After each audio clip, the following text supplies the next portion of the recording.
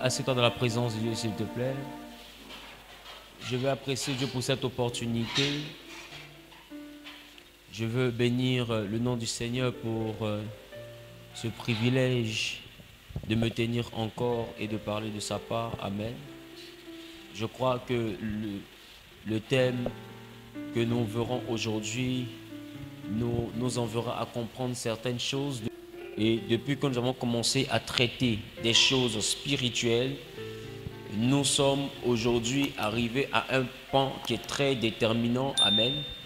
Et vous allez comprendre avec moi que nous avons déjà parlé en ce qui concerne le monde spirituel. Nous avons parlé de la spiritualité qui est bâtie, majoritairement parlant, sur des esprits de mort, sur des défunts dans nos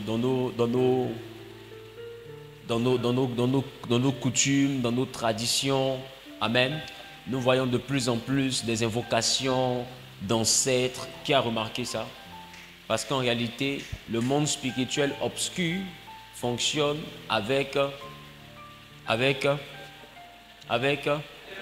les défunts. Voilà. Et les esprits des défunts sont aussi des esprits qui peuvent être utilisés dans le monde occulte pour faire des choses. Amen. L'homme en lui-même ne meurt jamais parce que l'homme est une entité divine. Amen.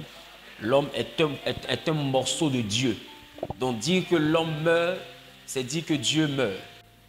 Genèse chapitre 1, le verset 26 a dit « Faisons l'homme à notre image ». Verset 27, il dit « Dieu créa l'homme à son image, il le créa homme et femme ». Amen. Donc, si Dieu crée l'homme à son image, l'hébreu parle de quoi? L'hébreu utilisé, c'est bara. Ça veut dire de manière immatérielle. Dieu a créé un être immatériel. Donc, l'homme qui a l'image de Dieu, ce n'est pas le corps. L'homme qui a l'image de Dieu, c'est l'être immatériel. C'est-à-dire qu'on ne peut pas toucher, qui n'est pas tangible. Autrement dit, c'est l'esprit qu'il y a dans le corps. Parce que le corps a été formé, a été créé en Genèse chapitre 2. Mais l'homme a été créé en Genèse chapitre 1. Amen. Quelqu'un est avec moi? Quelqu'un est avec moi? Et dis avec moi, bara. Donc l'homme qui a été créé est un homme immatériel. Donc si nous allons chercher une définition, nous allons comprendre par définition que l'homme est donc un esprit qui possède une âme et qui vit dans un corps. Qui comprend ce que je dis? L'homme est donc un esprit qui vit, qui possède une âme et qui vit dans un corps. Le corps est un lieu d'habitation. C'est pourquoi on peut voir des personnes qui sont habitées par d'autres esprits. Qui comprend de quoi je parle? Et même le Seigneur Jésus même définit le corps comme étant une maison. Le temple du Saint-Esprit. Qui me comprend? Donc le corps est une maison. Est-ce que ça veut dire que quand le Saint-Esprit habite ton corps, est-ce que ça veut dire que c'est lui seul qui est dans ton corps, toi-même tu n'es plus là? Tu es là, non? Mais tu vis avec lui. Donc c'est pour dire que le corps, en réalité, c'est une habitation. Si tu veux imager cela, il faut aller comprendre comme si on te disait, le corps c'est un véhicule. Qui a un véhicule ici? Qui est monté dans un véhicule pour venir? Qui s'est envolé? Amen. Voilà, donc vous allez comprendre que les véhicules majoritairement, de manière basique, c'est 4 places normalement. C'est le chauffeur, le passager avant, plus les 2 passagers arrière. Mais en Afrique, c'est 5 places. Amen. Le chauffeur, le passager avant, plus les 3 personnes en arrière. Amen. Maintenant, est-ce que le propriétaire du véhicule, qui est peut-être le chauffeur, est-ce qu'il est le seul à pouvoir monter dans la voiture? Il n'est pas le seul. Mais est-ce que tous les passagers conduisent la voiture? Il y a un seul passager qui conduit la voiture. C'est lui qu'on appelle le chauffeur. Amen. Donc vous voyez que le corps, c'est un peu comme un véhicule que quelqu'un doit conduire. Amen. Et il sait que c'est ton corps, tu y habites. Mais il sait que tu es un mauvais chauffeur. Alors il te demande de demander le Saint-Esprit, parce que le Saint-Esprit est le meilleur chauffeur. Lui sait comment conduire le corps que Dieu t'a donné. Maintenant, pour revenir à notre thème de ce soir, le thème c'est la mystique de la sexualité. Vous savez, le chrétien a un problème de vocabulaire. Amen. Amen. Quand le chrétien entend certains termes, automatiquement, il est sidéré. D'autres ne voulaient pas toucher les affiches. Amen. Quoi? Mystique. Ah, ça, amen. Tout ce qui est mystique, dans un premier temps, vous devez comprendre que tout ce qui est mystique relève du mystère. Le mystique, c'est quelque chose qui relève du mystère. Le mystère, c'est une chose inaccessible à l'intelligence. C'est une chose inaccessible à l'intelligence. Quand une chose n'est plus compréhensible, quand une chose n'est plus logique, quand une chose n'est plus rationnelle, elle devient mystérieuse. Amen.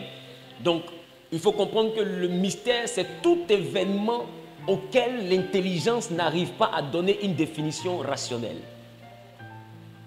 Exemple, Jésus qui naît d'une femme vierge. C'est mystérieux. Qui comprend un peu?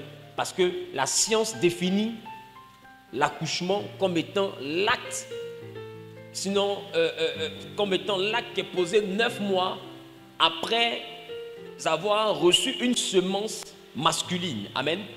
Et quand la femme reçoit cette semence-là, 9 mois après, elle met au monde. Mais Marie n'a jamais reçu d'homme, elle n'a jamais reçu de semence, mais elle a donné naissance à un enfant. Normalement, c'est mystérieux. Vrai ou faux? Vrai ou faux? Et je peux t'assurer que si tu étais dans le cas de Joseph, tu n'allais pas aimer. Amen. Parce que imagine-toi un peu, tu as ta fiancée, tu viens, elle est enceinte, et puis elle te dit, un ange m'est apparu. Foutaise qui est dedans là. Qui comprend un peu de quoi je parle? Un ange m'a apparu, il m'a dit, je vais tomber enceinte, c'est pourquoi mon ventre pousse. Bon, laissons ça, sinon les gens vont s'énerver, ils vont commencer à mal regarder leurs femmes, ils vont commencer à se fâcher ici. Amen.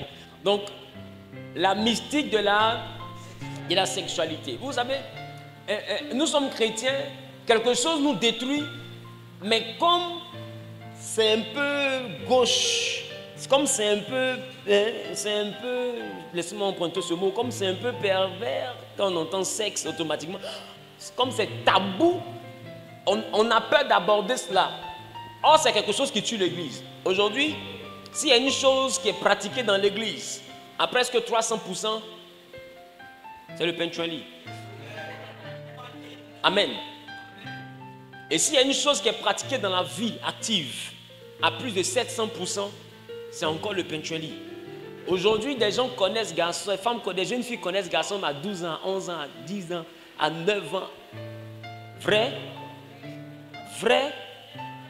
Aïe, nous sommes dans cette société-là. Donc, si nous sommes dans une société où pratiquer l'acte d'intimité n'est plus tabou, n'est plus un mystère, il faut qu'on soit capable de dire aux gens à quoi ils s'exposent. Qui comprend un peu de quoi je parle? Parce qu'après, on en arrive à se poser des questions. Pourquoi depuis là, ma vie tourne en rond? Pourquoi ceci? Pourquoi cela? Amen. Je veux dans un premier temps t'envoyer à réaliser une chose. Je parle le pianiste s'il vous plaît. Quelqu'un dit la mystique de la sexualité. La mystique de la sexualité. Je veux qu'on apprécie Dieu pour vos frères depuis les réseaux. Est-ce qu'on peut apprécier Dieu pour leur vie, ceux qui sont sur YouTube?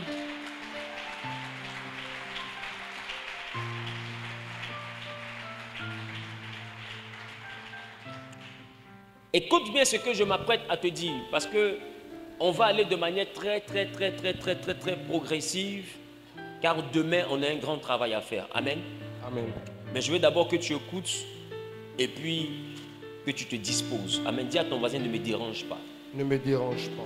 Je vous ai dit tout à l'heure qu'en Genèse chapitre 1, Dieu a créé l'homme à son image, à partir du verset 26 au verset 27. Alléluia. Donc, ça fait notion de quoi? Bara. Quelqu'un dit bara. Ça veut dire que c'est un être immatériel, ça veut dire qu'il n'a pas de corps. Amen. Amen. C'est un être qui n'a pas de corps. Amen. Donc, en Genèse chapitre 2, le verset 7, Dieu a yatsa, il a pris la poussière de la terre et il a donné un corps à l'homme. Il a formé un corps à l'homme. Donc, l'homme n'est pas issu de la terre, l'homme est issu de la poussière de la terre. Amen. La terre parle de Adama et la poussière de la terre parle de Afar. Afar qui signifie décombre. Donc, l'homme est issu des décombres de la terre. Donc c'est un dérivé de la terre. La poussière de la terre ne peut pas donner naissance à un manguier. Qui me comprend? Si tu prends un noyau de mangue, tu mets dans la poussière, est-ce que ça va pousser? Pourquoi? Parce que la poussière n'est pas riche. Donc parce que la poussière n'est pas aussi la terre. Donc elle n'a pas cette capacité de fertilité. Qui me comprend un peu? Elle n'a pas cette capacité de productivité. Donc le corps de l'homme, il dit, il a pris la poussière de la terre. Et vous voyez que c'est différent de prendre la terre directement. Amen. Amen. C'est un peu comme si on parle en termes de pétrole. Qui sait que le goudron vient du pétrole? Mais est-ce que le goudron c'est la première matière qu'on trouve? Le goudron vient après quoi? Après plusieurs exploitations, plusieurs transformations, dans la version résidu là-bas, c'est là qu'on trouve le goudron. Qui me comprend un peu? Dans la version décombre, qui comprend un peu? Dans la version décombre du pétrole, on va maintenant trouver le bitume. Qui me comprend un peu de quoi je parle? Mais ça reste quelque chose de précieux. Donc quand on parle du bitume qui est issu du pétrole, le bitume n'est pas le pétrole, parce que le pétrole lui-même il est plus riche que le bitume. Qui me comprend un peu? Mais le bitume c'est une version dégradée du pétrole. La chose que je veux qu'on puisse comprendre maintenant, c'est qu'en Genèse chapitre 1, le verset 27 à 26, qu'est-ce que ça nous dit? Qu'est-ce que ça nous dit, s'il vous plaît? Genèse chapitre 1, verset 26. Je lis la parole de Dieu. Oui. On peut augmenter le volume de mon micro, s'il vous plaît?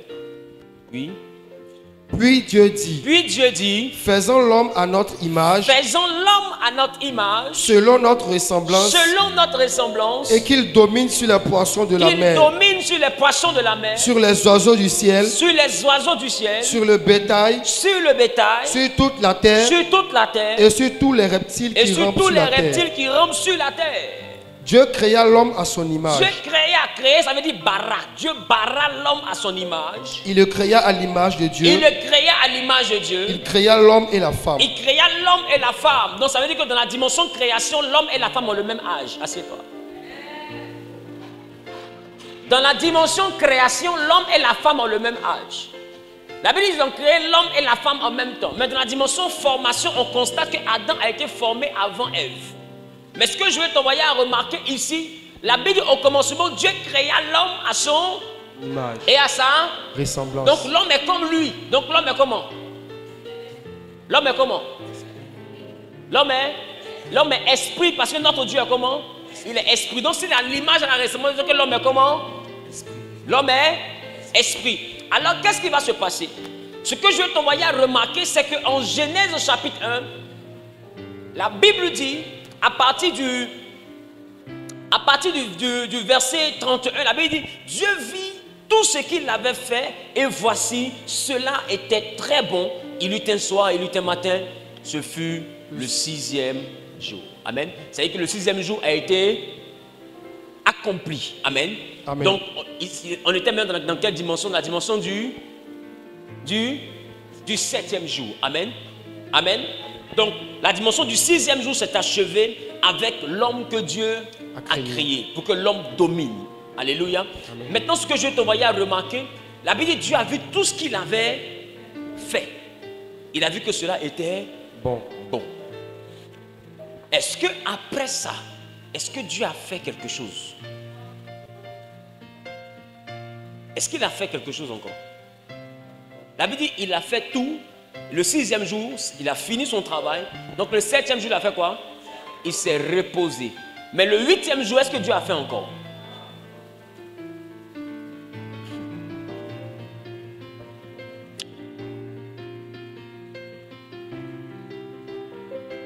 Si Dieu n'a plus fait après le 6e jour, ma question, toi tu as été fait à quel moment?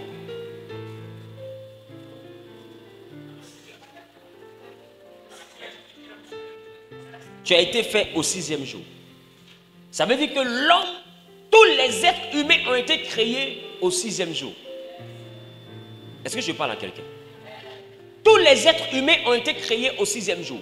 Et c'est parce que tous ont été créés au 6e jour que Dieu va dire à Jérémie, avant que je ne t'eusse formé dans le ventre de ta mère, je te connaissais. C'est parce que avant le ventre de notre mère, avant que notre père ne rencontre notre mère et qu'il y ait intimité et ensuite qu'il y ait période de grossesse, avant ça, Dieu te connaît. Mais s'il te connaît, ça veut dire que tu existes déjà. Donc ça veut dire que l'homme existe avant de naître. Amen. Amen. L'homme existe avant de naître. Et c'est pourquoi le livre de Romains me plaît. Il dit, car ceux que Dieu a connus d'avance, il les a prédestinés, c'est ça, à être semblables à l'image de son Fils. En tant qu'on parle de prédestination, la prédestination, c'est un peu comme si on disait en français la préhistoire. La préhistoire, c'est donc l'histoire, c'est donc la période qui vient avant l'histoire. C'est ça? C'est ça? Donc la prédestination, la préinscription, c'est qui vient avant l'inscription. Donc la prédestinée, parce qu'il y a quel préfixe? Pré, ce qui veut dire avant. Donc s'il y a la prédestinée, ça veut dire que c'est une étape avant la destinée. Pourquoi? Parce que la destinée en elle-même, elle débute quand tu sors du sein maternel. C'est pourquoi il dit, avant que tu ne sortes du sein de ta mère, je t'avais consacré prophète. Donc tu vois que le prophétique descend dans sa vie avant de sortir du sein maternel. C'est là que ce qui est écrit commence, le compte à rebours se déclenche. Est-ce que quelqu'un me comprend un peu? Mais avant que ce ne soit déclenché, dans le ciel, c'est écrit dans un livre. C'est pourquoi David pouvait dire, quand je n'étais qu'une masse informe et vide, amen. Amen. Je veux qu'on puisse lire.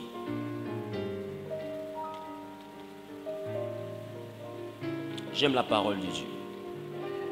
Qui aime la parole de Dieu aussi? Dans le psaume 139, le verset 16, que dit la Bible? Psaume 139, verset 16.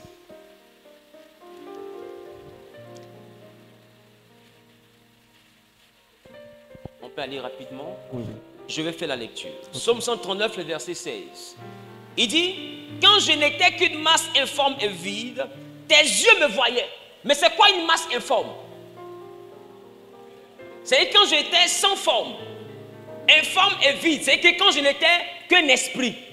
Donc vous comprenez maintenant que la terre aussi a été spirituelle avant d'être physique. La Bible dit, au commencement, la terre était informe et vide. Ça veut dire que la terre n'était pas matérielle. Donc il y a eu une terre spirituelle avant d'avoir une terre physique. Est-ce que quelqu'un me comprend un peu? Yes. Quelqu'un me comprend? Et d'ailleurs, il y a eu même un jour spirituel avant d'avoir un jour physique. Parce que le jour physique vient de la création du soleil. Or, le soleil a été créé le 4e jour. Bon, si le soleil est créé le 4e jour, c'était quoi qui éclairait et puis on a compté 3 jours?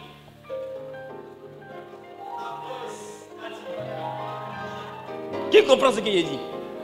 Parce que le jour a vu le soleil venir au monde.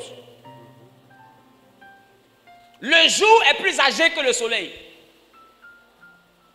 La Bible, il eut un soir, il eut un matin, ce fut le premier jour. Il eut un soir, il eut un matin, ce fut le 2e jour. 3e jour, 4e jour, Dieu décide de faire les astres. Donc c'est que les jours ont existé avant que les astres n'existent. Et le plus grand luminaire s'appelle soleil. Donc les jours ont existé avant que le soleil n'existe. Yes. Donc c'est pas à cause du soleil qu'on compte les jours. Yes. Mais c'est à cause des jours qu'on a trouvé le soleil. Yes. Le soleil est donc créé pour manifester quelque chose dans les jours. Et ça, c'est un enseignement que je vais donner très bientôt. Mais à partir de dimanche, le thème qu'on va ouvrir, c'est chrétien d'accord, mais africain d'abord. Quelqu'un dit chrétien d'accord, mais africain d'abord. Revenons ici. C'est bon? Donc on fait comme ça, fou. Qu'est-ce qu'il veut nous dire? C'est ce qu'il te dit là. C'est ça. Amen. Donc, David dit, quand je n'étais qu'une masse informe et vide, il dit tes yeux me voyaient, c'est ça? Et sur ton livre étaient tout inscrits les jours qui m'étaient destinés avant qu'aucun d'eux n'existât. Donc il dit les jours qui m'étaient destinés. Donc les jours sont liés à la destinée. Mais il parle, il dit avant qu'aucun d'eux n'existât. C'est qu'il était dans quoi? Dans la prédestinée. Il dit avant que le premier jour de la destinée ne commence, tu me voyais. Donc tu me voyais dans la dimension de la prédestinée. Dans la saison qui existe avant la destinée. Maintenant, frères et sœurs, si Dieu a créé tous les hommes le même jour, écoutez très bien cette introduction, c'est très important pour la suite. Si Dieu a créé tous les hommes le même jour, sachez cependant que Dieu n'a pas formé les hommes le même jour. Dieu a pris la responsabilité de former un seul homme, et de cet homme, il a formé une seule femme. Donc, Dieu a regardé sur un modèle pour former un homme, et de ce modèle-là, il a regardé sur le modèle de l'homme pour former une femme. Est-ce que je parle à quelqu'un? Et la femme a été appelée Ève, l'homme a été appelé Adam, c'est ça? Après ça, Dieu n'a plus formé un homme. Après ce jour-là, c'est les hommes qui ont formé les hommes. Qui comprend ce que j'ai dit? Dieu n'a plus formé. Alors comment Dieu va faire? Il va mettre dans les reins des hommes, dans les reins des hommes, sexe masculin, il va mettre dans les reins des hommes ceux qui sont prédestinés à venir. Donc, depuis le livre de Genèse, tous les êtres créés sont sur la terre. Ceux qui ne sont pas encore nés sont dans les reins. Ceux qui sont nés sont sur la terre. Et ceux qui sont nés, qui ont vécu et qui sont morts sont dans le séjour des morts. Mais ces trois niveaux sont sur la terre. Donc tu vois que nous, notre génération, nous marchons avec les habitants de la terre en 2030 et en 2040. C'est de cette même manière que nos pères ont marché avec nous. Pendant qu'eux ils marchaient, nous étions dans leurs reins. Ils ne nous voyaient pas, mais Dieu nous connaissait. Dieu savait qu'en 2023, la population de la Côte d'Ivoire allait changer et que ça allait être désormais nous. Parce que Dieu nous a connus d'avance. C'est de cette même manière que tu es assis ici. Dieu sait qui sont ceux qui vont habiter la Côte d'Ivoire en 2050. Parce qu'on se promène avec eux. Ils sont où? Donc il n'y a personne dans les reins de la femme parce que la femme n'a pas de reins.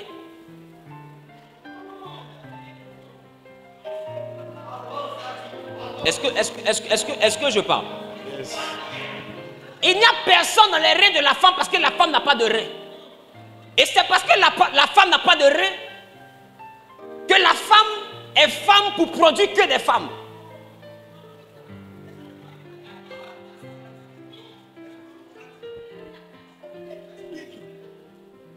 La Bible dit, regardez dans quelles conditions Dieu crée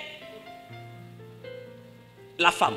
Dieu envoie d'abord les animaux pour que chaque animal puisse porter le nom que lui donnerait l'homme. Et quand l'homme finit de tout nommer, Dieu lui fait un autre être. Et il envoie vers l'homme pour que l'homme nomme ce être-là comme les autres.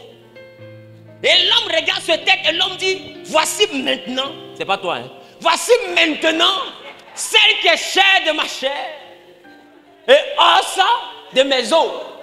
Il dit, on l'appellera femme parce qu'elle est sortie de l'homme, c'est ça?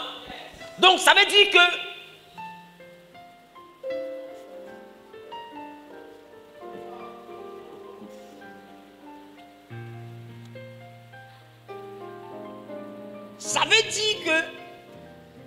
la femme est femme parce que Dieu a permis à l'homme de lui donner le nom femme. Donc elle n'existe que pour être femme. Et elle n'existe que pour produire femme. C'est pourquoi même les scientifiques vont remarquer que en matière de génétique, la femme ne produit jamais le sexe masculin. Les chromosomes femelles ont toujours le signe de signe X.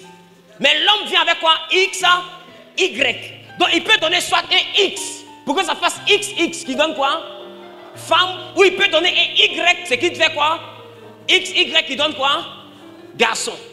Donc la femme, peu importe comment elle vient qu'avec le sexe féminin.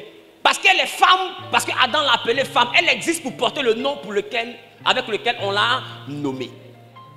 Donc l'homme ne peut pas se plaindre si sa femme donne des femmes. Tu peux te plaindre si elle donne des garçons.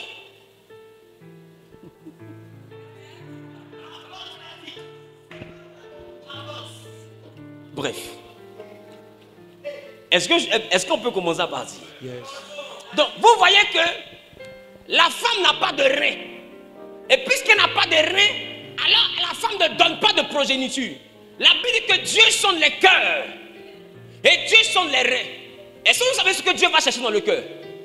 Dieu va chercher tes pensées, il va chercher tes projets. Viens, on va lire. Romains chapitre 8, verset 27. Que dit la Bible? Romains chapitre 8, le verset 27. Oui. Je lis la parole de Dieu. Mon fils, dépêche-toi. Et celui qui sonde les cœurs, connaît quelle est la pensée de l'esprit. Connaît quelle est la pensée de l'esprit. Donc tu vois que celui qui sonde les cœurs, il trouve quoi? La pensée de l'esprit. Et vous voyez que plus tard la Bible dit encore, dans le cœur de l'homme s'élève quoi? Une multitude de projets, mais seul le dessein de l'Éternel s'accomplit. Je veux dire déjà à quelqu'un que quand la Bible parle du cœur, la Bible ne parle pas de l'organe qui pompe le sang. Parce que l'organe qui pompe le sang, scientifiquement parlant, n'a pas la capacité de réflexion. Or, le cœur, selon la Bible, c'est l'endroit où les pensées sont émises, c'est l'endroit où les projets sont formés. Or, tes projets ne sont pas formés dans tes poumons. Tes projets sont formés dans ta tête. C'est pourquoi un homme qui a perdu la tête, on dit qu'il a perdu l'esprit. Qui comprend? Vrai ou faux? Un homme qui perd la tête, on dit qu'il a perdu l'esprit. Or, bizarrement, on dit quoi? Celui qui sonde les cœurs, c'est celui-là qui peut connaître les pensées de l'esprit. Donc, c'est-à-dire que l'esprit se manifeste, mais par ton système de pensée. Un jour, on verra que l'esprit parle, même par la pensée. C'est pourquoi à chaque fois que tu penses, tu attires quelque chose à toi. Est-ce que je parle à quelqu'un? Mais regarde, si nous sommes dans une logique où le cœur produit les projets, c'est ça? Donc quand Dieu sonde les cœurs, il sonde les cœurs pour voir quoi? Les projets. Pour voir les projets, pour voir tes pensées, c'est ça? Maintenant la Bible dit, il sonde les cœurs et les reins. Quand il sonde les reins, c'est pour voir quoi? Si les reins de la Bible que Dieu sonde sont aussi les reins de la science, il y a quoi à voir dedans? Qui comprend ce que j'ai dit? Parce que les reins de la science ne sont pas des organes de reproduction, mais le rein, selon la science, est un organe indispensable à filtrer tout ce qui rentre dans le sang. Donc c'est un filtre qui permet aux déchets de ne pas rentrer dans le sang. Donc quand le rein est endommagé, tout va dans le sang et ça peut créer de la mort. Qui me comprend un peu? Donc quand Dieu sonde les cœurs et les reins, si les reins représentent ce que nous voyons en science, Dieu sonde les cœurs et les reins là. Reins, ils cherchent quoi là? Les reins selon la Bible sont différents aussi de la tête selon la science. Yes. Le cœur selon la science c'est ici, mais le cœur selon la Bible c'est ici. Les reins selon la science c'est ici, mais les reins selon la Bible ce n'est pas ici. Les reins selon la Bible c'est ici. Qui comprend? Qui comprend? Qui comprend? Sinon, la femme aussi a les reins d'ici. Qui comprend de quoi je parle? Mais si je te dis que la femme n'a pas de reins, c'est que je ne suis pas en train de te parler de reins que toi tu connais. Qui comprend ce que je dis? Yes. Viens, on va voir Hébreux. Hébreux chapitre 7, le verset 10. Hébreux chapitre 7, verset 10.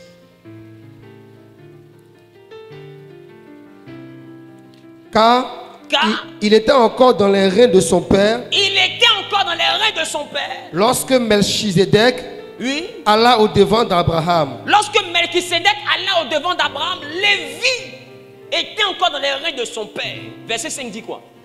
Il était encore dans les reins de son père. Ça veut dire que quand Abraham partait devant Melchizedek, Abraham se déplaçait avec qui? Lévi. Avec ses descendants, mais il se déplaçait aussi avec Lévi à l'intérieur des descendants.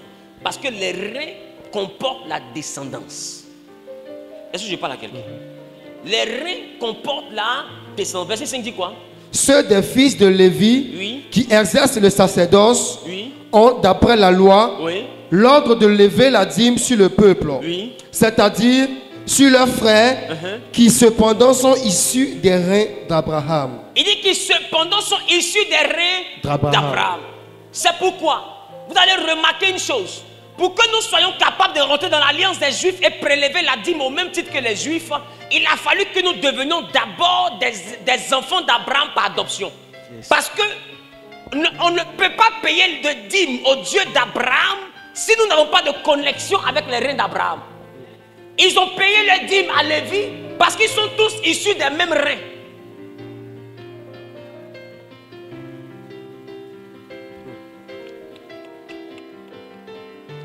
Ça veut dire que celui qui n'est pas connecté au règne d'Abraham, il doit ses impôts spirituels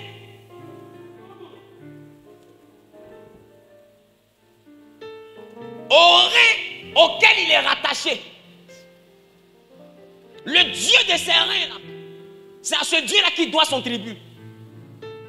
Nous payons au Dieu d'Abraham parce que par adoption, selon Galates, nous sommes rattachés maintenant à Abraham. Donc nous sommes connectés au rein et c'est pourquoi on peut prélever la dîme à Lévi. Pourquoi? Parce que Lévi est un enfant issu des reins d'Abraham. C'est pourquoi les autres frères issus des mêmes reins prélèvent la dîme à Lévi. Qui comprend de quoi je parle? Donc tu ne peux pas dire aux gens de ton village arrêtez d'adorer les fétiches tant que tu ne leur montres pas de nouveaux reins. Yes. Je reprends. Parce que aussi longtemps qu'ils n'ont pas de nouveaux reins auxquels se connecter, si tu les déconnectes de ces reins qui les maintiennent, tu les détruis. Parce qu'on prélève le tribut et on le donne à la divinité qui gère les reins desquels nous sommes issus. Donc si tu dis à quelqu'un arrête tes pratiques, montre-lui d'autres pratiques. Yes. On n'arrête pas quelque chose pour s'arrêter et regarder la télévision, tu mourras. C'est pourquoi il y a des gens qui vont voir des esprits pour devenir prospères. Dès que tu sors de là, tu dis non, j'ai arrêté. Tu n'as pas arrêté pour arrêter. Il y a des manières d'arrêter. On n'arrête pas en quittant, on arrête en se reconnectant. Yes. Il faut quitter des reins pour aller vers d'autres reins. Et j'ai envie de te dire le problème des gens aujourd'hui. Le problème, c'est que des gens quittent Abidjan pour aller prendre des esprits, mais qui sont rattachés au rein de celui qui voit ce que je m'apprête à dire.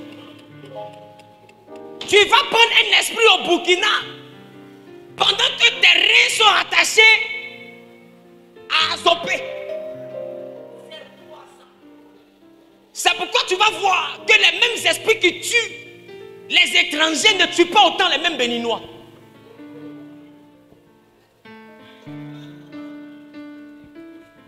C'est beaucoup plus ceux qui viennent de d'autres nations qui meurent. Mais les enfants du village, eux, ils vieillissent. Et ils vivent. Oh, ils dorment avec. C'est une affaire de reins. Tu payes un tribut à une entité pendant que tu n'es pas sorti des reins des descendants, des ascendants de cette entité.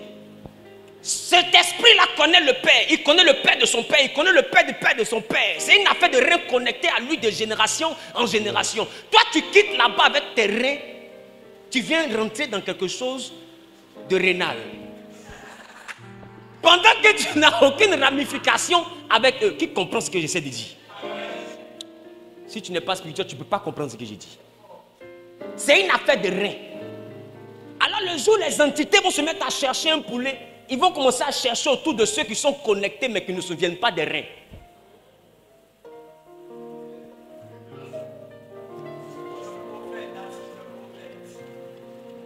Ça, je te prêche le monde spirituel.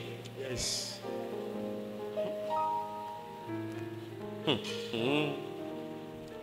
Maintenant, Lévi était dans les reins d'Abraham. J'arrive à la sexualité, les gars. Laissez-moi venir.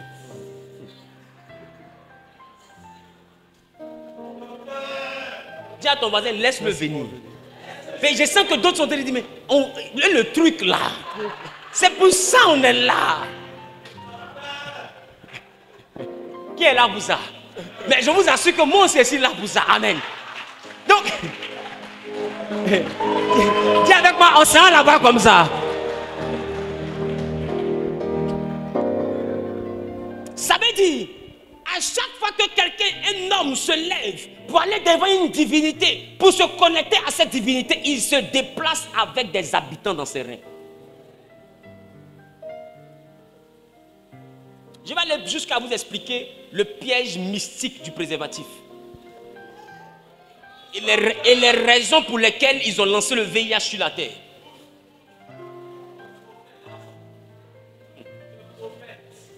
On arrive. Je vais vous expliquer que celui même qui pratique le coït interrompu est plus dangereux que celui qui fait l'avortement.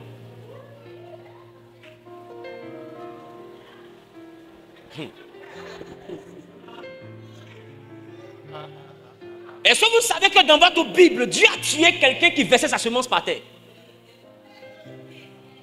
Il peut tuer et puis verse.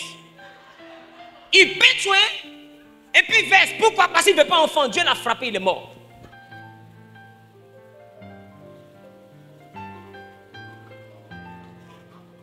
Je vais vous expliquer le mécanisme. Je sais que quand il a fini là, il a dit que côté dangereux de quelqu'un sera désactivé.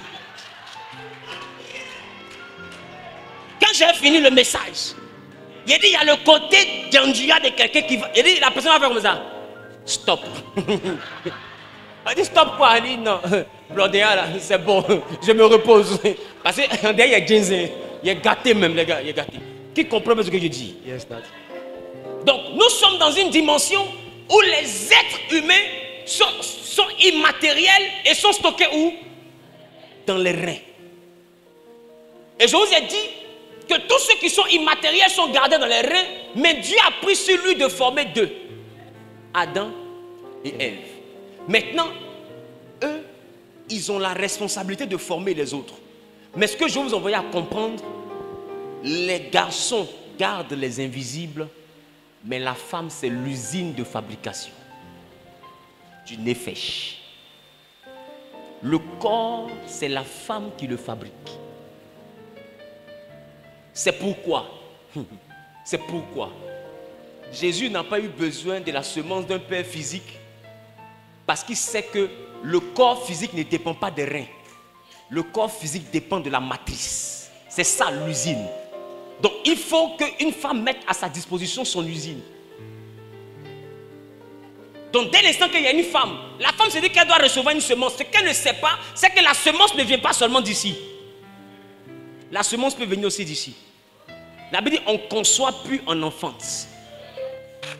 Sous l'ambano, ça veut dire en tomber enceinte.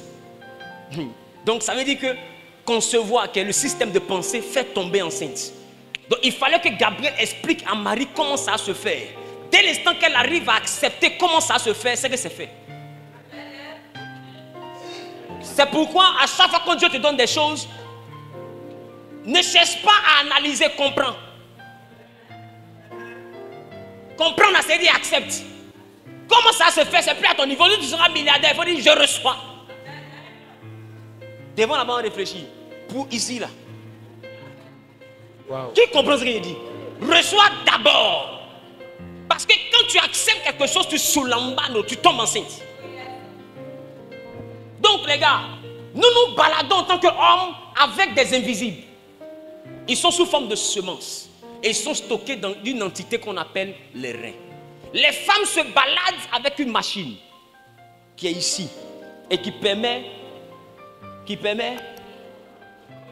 aux invisibles que les hommes posent dans le ventre, dans l'usine, d'avoir un corps, d'avoir un nefesh.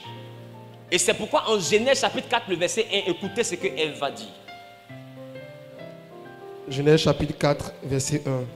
C'était l'inauguration de l'usine. Adam connut Ève. Adam connut Ève. Sa femme. Sa femme. Elle conçut. Elle conçut. Et enfanta Caïn. Et enfanta Caïn. Et elle dit. Et Ève dit. J'ai formé un homme. J'ai formé un homme. Avec l'aide de l'Éternel. Elle n'a pas dit Adam et moi nous avons formé. Elle dit j'ai formé un homme avec l'aide de l'Éternel. Mystiquement, c'est le mot là qui fatigue. Mystiquement, le tribut qui permet à l'usine de fonctionner est un tribut de sang. C'est ce que vous appelez le cycle menstruel.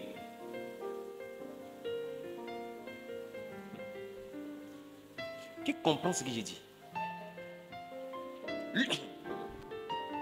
La femme, pour que son usine soit fonctionnelle, elle doit donner à la terre son sang. Et le jour où elle ne donne plus son offrande de sang, que le monde physique ne reçoit plus ce sang-là d'elle, elle ne peut plus procréer. Parce qu'à chaque fois qu'elle donne de son sang, une période après ce sang qui coule sans blessure, automatiquement, ses entrailles s'ouvrent et on dit qu'elle tombe en période de fécondité. S'il n'y a pas ce sang, il n'y a pas de période de fécondité.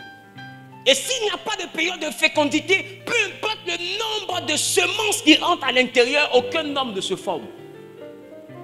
Qui comprend ce que je dis? Comprends bien, parce qu'à partir de demain, je vais te faire comprendre pourquoi les menstrues détruisent beaucoup de choses mystiquement.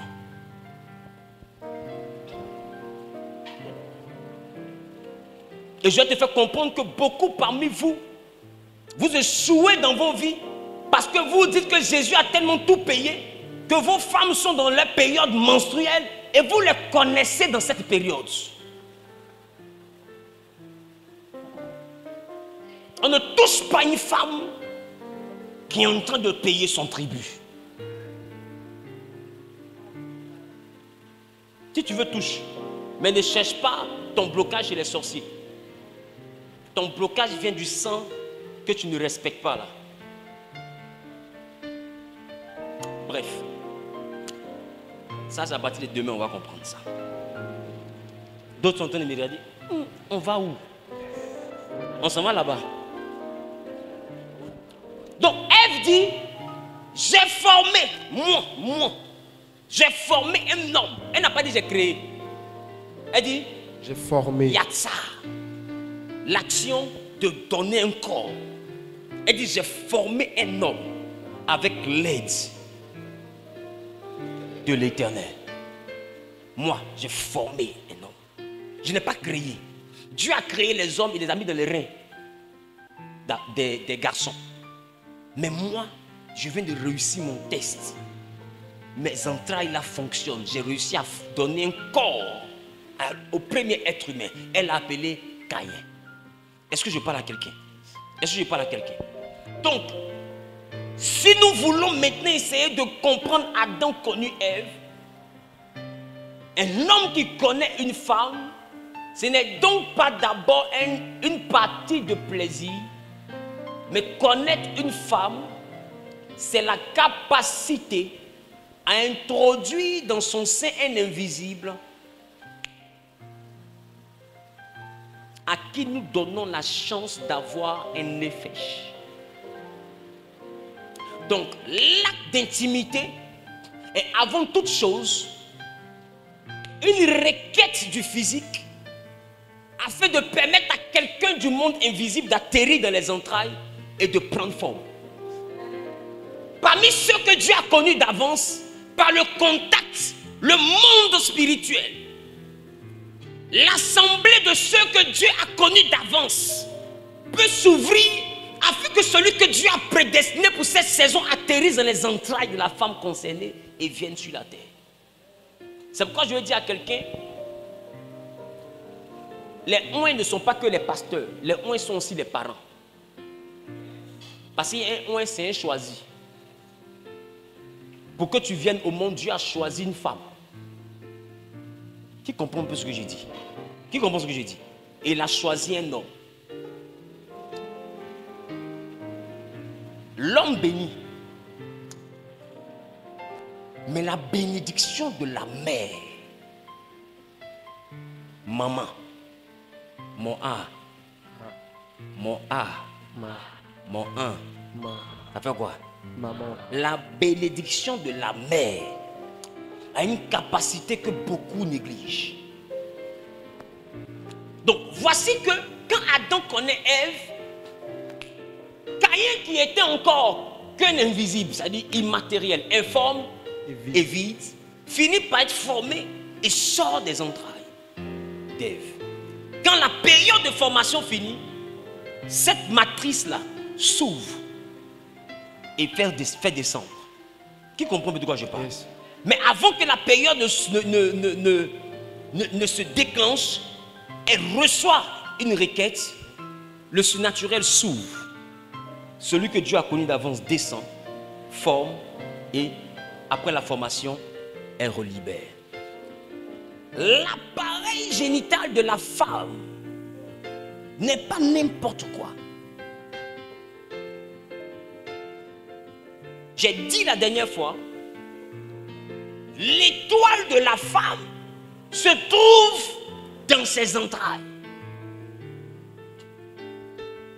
Frère, Dieu n'a jamais demandé à ce que l'homme, à ce que la femme plutôt, puisse connaître un homme avant le mariage. C'est pourquoi vous avez remarqué que le peuple juif, quand une femme connaissait un homme avant le mariage, on l'appelait prostituée.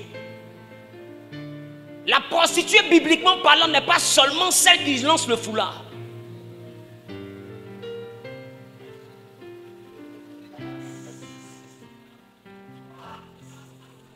Pardon. C'est pas de toi, je parle de celles qui ne sont pas venues. Amen.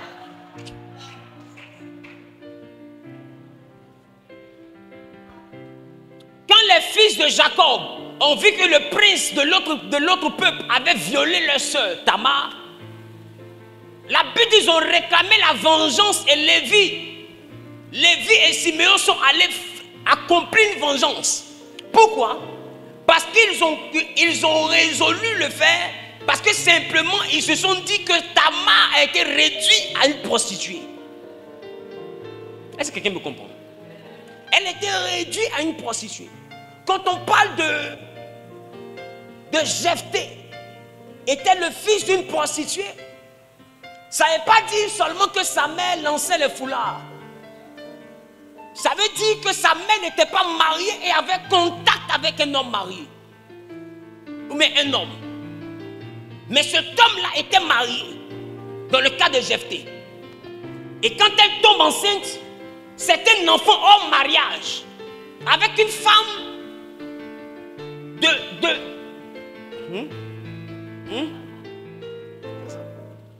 une femme. Et cette femme-là, puisqu'elle n'est pas mariée, la Bible l'appelle prostituée. Voilà pourquoi les fils de Jephthé, les fils du père de Jephthé, vont chercher Jephthé et dire à Jephthé, tu ne peux pas hériter avec nous, père, tu es l'enfant d'une prostituée. C'est-à-dire que ta mère n'était pas mariée quand elle t'a conçu.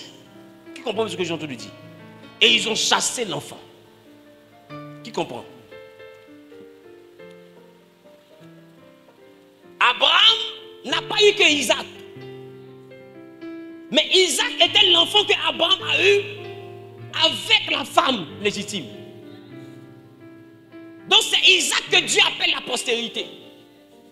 Sinon il a eu encore d'autres enfants, même avec Ketura. Quand vous parlez de Madian, Madian c'est un fils d'Abraham. Qui comprend ce que je dis? Les Madianites là, ce sont des descendants d'Abraham, mais issus de Ketura. Et pour ceux qui ne savent pas, avant le dimanche, les Madianites n'étaient pas des blancs. Les Madianites étaient des noirs. Parce que Ketura était éthiopienne. Il y a des noirs dans la Bible. Et même parmi les Lévites, il y a des noirs. Je vais le démontrer à partir de dimanche. Donc des noirs ont pris part à la sacrificature. Et j'ai envie de dire, même des noirs ont aidé le salut de l'humanité. Rendez-vous dimanche. Les gars, vous allez comprendre avec moi que une femme qui avait déjà sa matrice ouverte, bibliquement est appelée une prostituée. Donc automatiquement, elle n'était plus mariable. Et nous voyons ça aussi même en pays malinqué. Bon, maintenant, ils n'appliquent plus vraiment. Amen.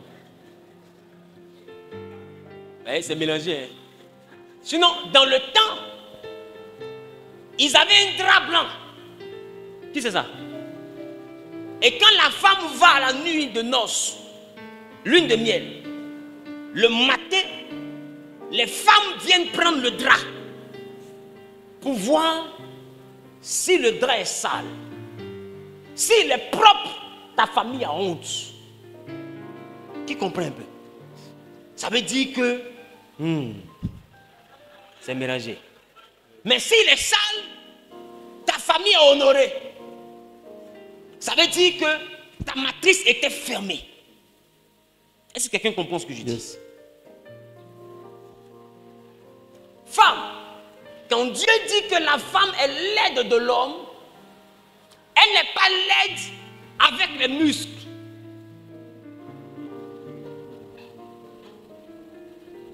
Elle n'est pas laide avec les muscles. Elle est laide avec l'énergie.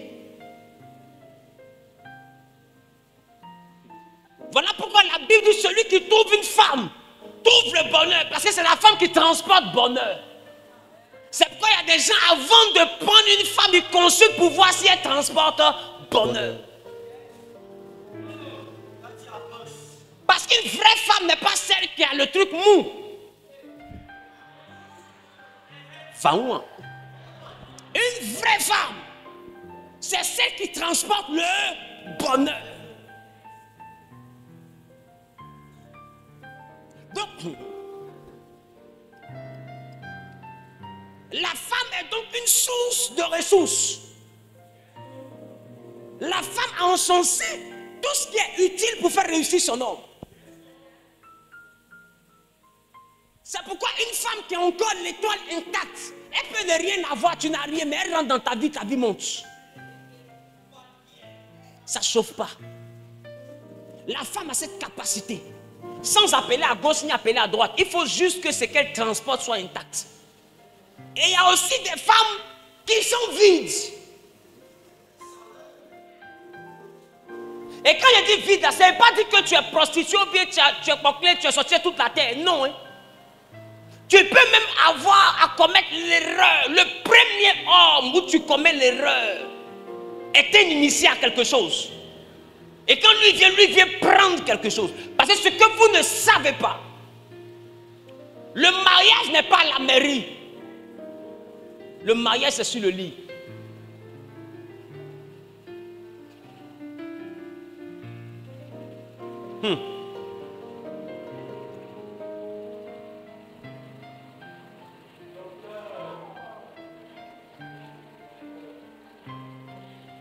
La Bible dit, l'homme quittera son père et sa mère.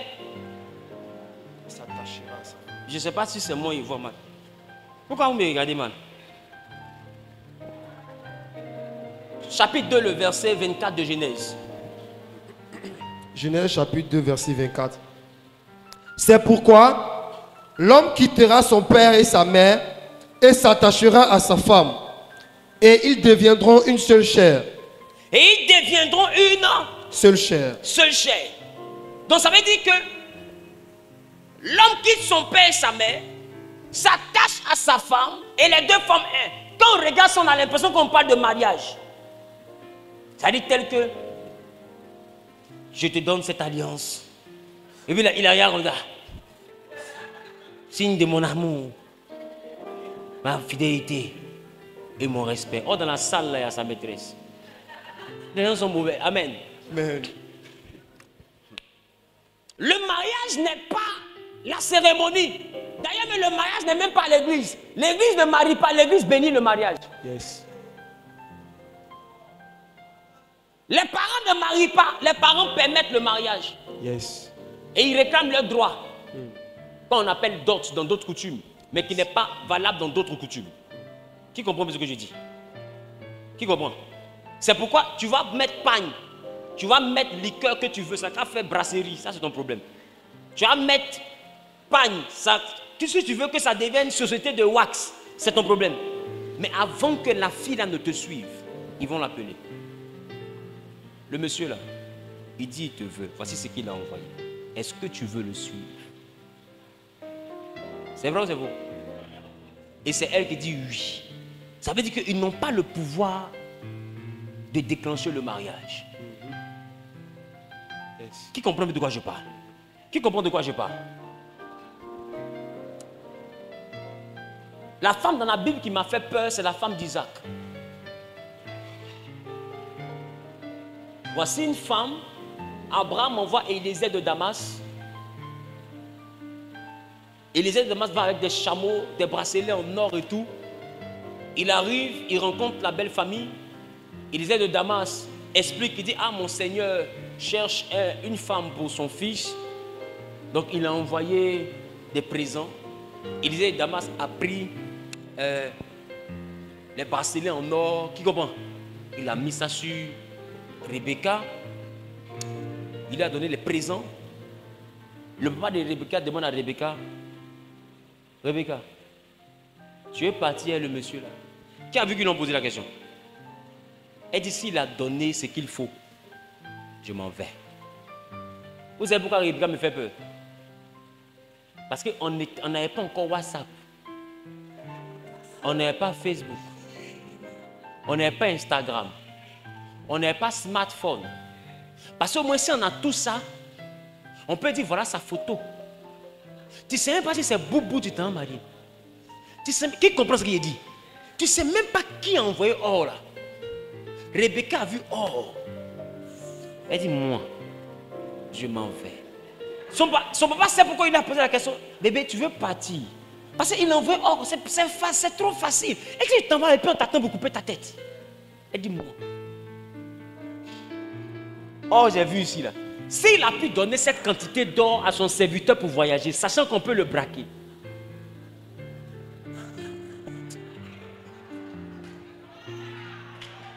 Le vieux, faut bourrer un peu, le vieux. Tout or que tu as vu ton cœur coupé là, il a donné ça à un esclave. Ça veut dire que l'esclave peut prendre, non? Et puis il sort et puis il prend le couloir à gauche, il est parti. Mais le boss lui donne. Et puis ça ne le dérange pas. S'il veut qu'il fuit avec, ça ne peut pas appauvrir au fait. Donc si ça l'a pu voyager, j'imagine ce qui est resté là-bas. Papa, il est mauvais. Même si c'est lion, il est mauvais. Allons et ça. Qui comprend un peu de quoi je parle? Rebecca me fait peur. C'est là. Il sait que c'est la mère spirituelle de toutes les go matérialistes. Rebecca. Rebecca. Parce qu'une femme là, tu lui plais quand elle te voit au moins. Elle n'a pas vu quelqu'un a vu bracelet. Elle dit il me plaît. Qui comprend ce qu'il dit? C'est grave. Revenons à notre affaire. Donc, la femme transporte ce qui est nécessaire pour l'évolution de son homme. Il dit l'homme quittera son père et sa mère, s'attachera à sa femme et ils formeront une seule chair. Ça veut dire qu'en réalité, l'homme quittera son père et sa mère, va se marier à sa femme, c'est ça? C'est ça? Yes. Et les deux vont former une seule chair. Maintenant, venez, on va lire 1 Corinthiens chapitre 6, le verset 16. 1 Corinthiens chapitre 6, le verset 16. C'est là que je veux comprendre quelque chose. 1 Corinthiens chapitre 6, oui. Verset 16. Oui. Pour ce qui concerne 1 Corinthiens chapitre 6, le verset 16.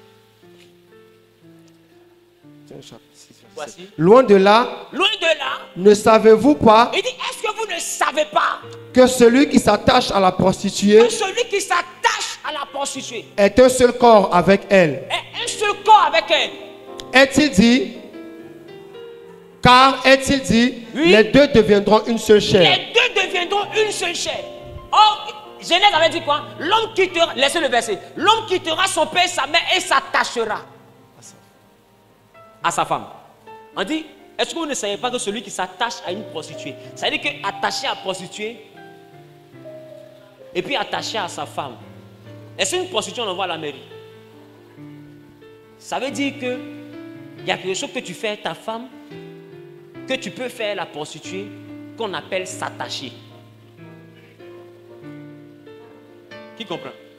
Il y a quelque chose que tu fais avec ta femme, que tu peux aussi faire avec la prostituée, que la Bible appelle s'attacher. Parce que dans le cadre d'un homme qui va avec sa femme légale, on appelle s'attachera à sa femme. Dans le cadre d'un homme qui va avec la prostituée, on dit s'attachera à la prostituée. Donc ça veut dire que s'attacher ici veut dire pinchouin.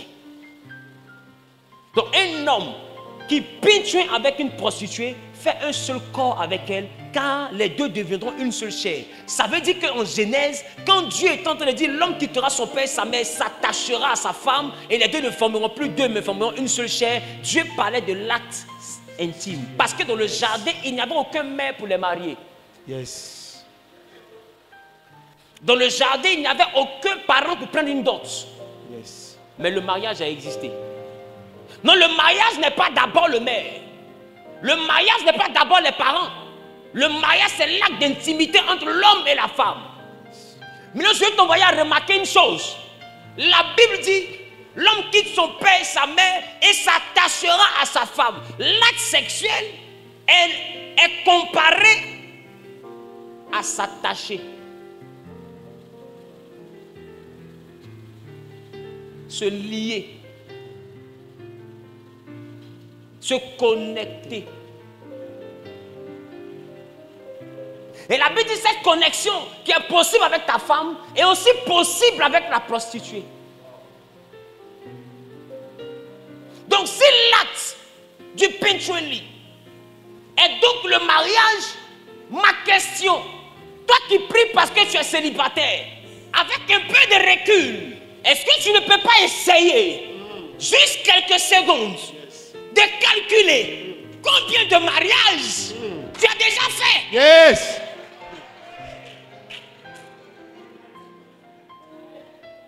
Donc dans le ciel là, quand tu dis à Dieu, Seigneur, je veux me marier, les anges n'arrivent pas à comprendre.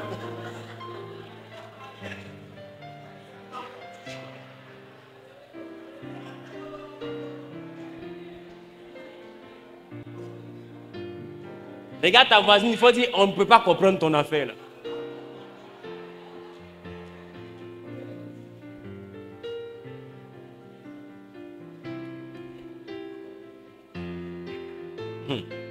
Elle a répondu quoi? Elle a répondu quoi? Donc, vous voyez que la Bible parle de l'homme quittera son père et sa mère et s'attachera à sa femme. Amen. Et même les hommes prennent le temps de vous dire souvent les liens sacrés du mariage. Mais je vais vous envoyer à remarquer une chose. Est-ce que vous savez qu'à l'église, quand on est bloqué de toutes parts et qu'on n'arrive pas à avancer, on se met à prier pour briser quoi? Maintenant, toi tu brises toujours les liens des démons qui te persécutent. Mais tu n'as pas encore remarqué qu'il y a des liens qui viennent des rapports sexuels. Parce que le rapport sexuel c'est le mariage. Or le mariage c'est s'attacher. On s'attache avec des cordes. Ces cordes là qu'on appelle liens. Ce qui sert à lier. Donc on ne peut pas s'attacher si quelque chose ne nous lie pas.